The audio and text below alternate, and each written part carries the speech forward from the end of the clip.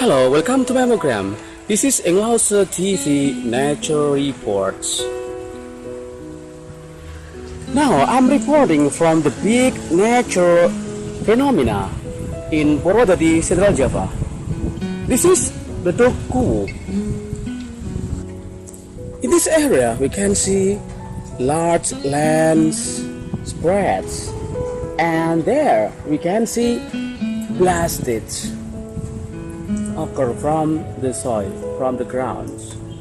That's why we call this as Bledug Kuwu. From the local people explanation, he told me that the big and small of the blasted depends on the small and the big of the wave of the South Sea in Yogyakarta.